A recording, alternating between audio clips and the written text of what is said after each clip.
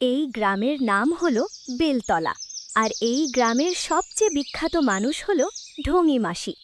নামটা তার আসল নাম না, কিন্তু সবাই তাকে এই নামেই ডাকে, কারণ মাসির প্রতিটা কাজেই ঢং, প্রতিটা কথায় নাটক।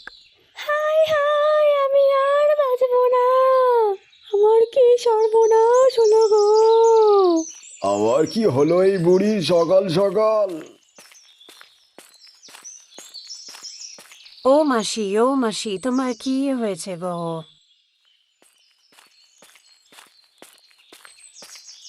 সকাল সকাল মাসির আবার কি ঢং শুরু হলো গো? আর বলো না, আমার সব দুধ বিড়ালে খেয়ে গেছে গো। লোকজন তখনই বুঝে গেল এটা ঢঙ্গি মাসির ঢং, রোজ স্বাভাবিক নাটক। ঢঙ্গি মাসির বিশ্বাস তিনি সব বিষয়ে ডাক্তার, ইঞ্জিনিয়ার আর জ্যোতিষী একসাথে। ধুর, আর ভালো লাগে না, কাজ করতে করতে জীবনটা কয়লা হয়ে গেল। তখনই দেখি মাসি হেঁটে হেঁটে আসতে লাগলো কৈলাসের দিকে। কি রে কৈলাস, তোর কি হয়েছে রে? আর বলো না মাসি। তোদের বয়সে তো আমি জল চিবিয়ে খেতাম, তুই বুঝবি কি করে? তখন তো তুই হোসনি।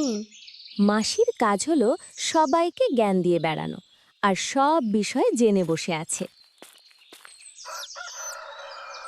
এই মুরগি, তুই অনেক দিন ধরে ডিম পাচ্ছিস না কেন রে? কি হয়েছে তোর?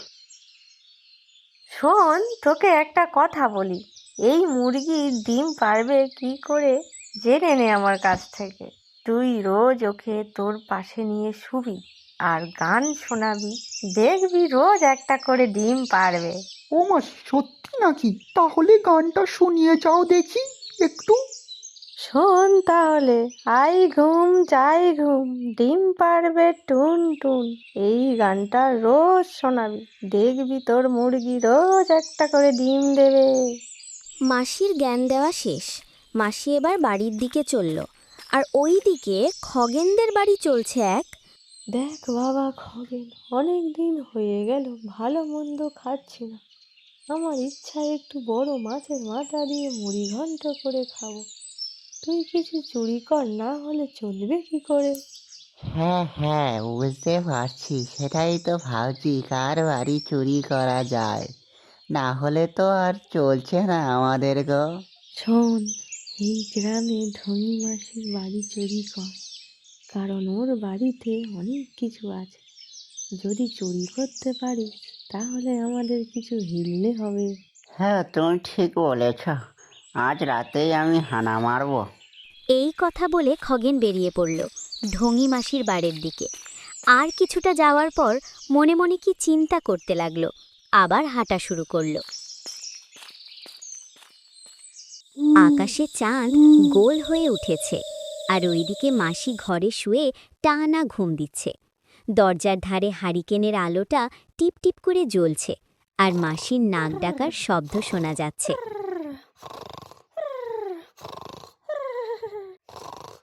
ওইদিকে রাতের অন্ধকারে খগেন হেঁটে হেঁটে আসছে মাসির বাড়ির দিকে হানা মারতে।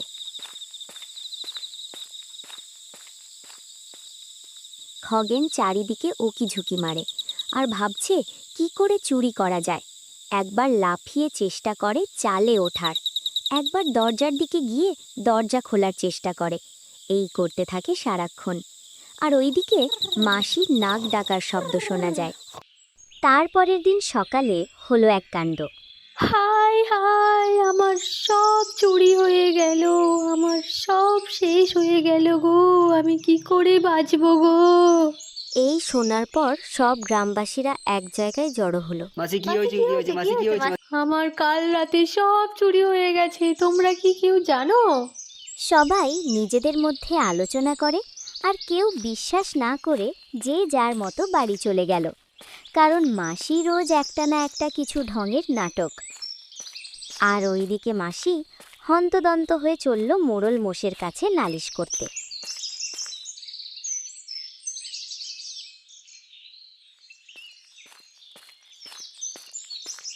মোড়ল মশাই, আমার বাড়িতে কাল রাতে সব চুরি হয়ে গেছে, আপনি কিছু করুন, না হলে কিন্তু আমি কাউকে ছাড়বো না। আচ্ছা আচ্ছা, দেখছি, আমি চোর ধরার ব্যবস্থা করছি, তুমি চিন্তা করো না, দেখছি কি করতে পারি। তা তোমার বাড়ি কি কি চুরি হয়েছে? আমার বাড়িতে এত এত সোনা গয়না থালা বাসন সব চোরে নিয়ে গেছে। আপনি কিছু করুন মোড়ল মশাই, না হলে কিন্তু খুব খারাপ হয়ে যাবে। ও বাবা, এত কিছু চুরি হয়ে গেছে! আমি আজই কিছু ব্যবস্থা করছি, তুমি চিন্তা করো না, নিশ্চিন্তে বাড়ি যাও। যাই হোক, মোড়ল মশাইয়ের কাছে মাসি নালিশ জানিয়ে বাড়ির দিকে চলল। আর রাস্তাঘাটের লোকজনেরা সমচালনা করতে লাগলো ঢঙি মাসির নিয়ে।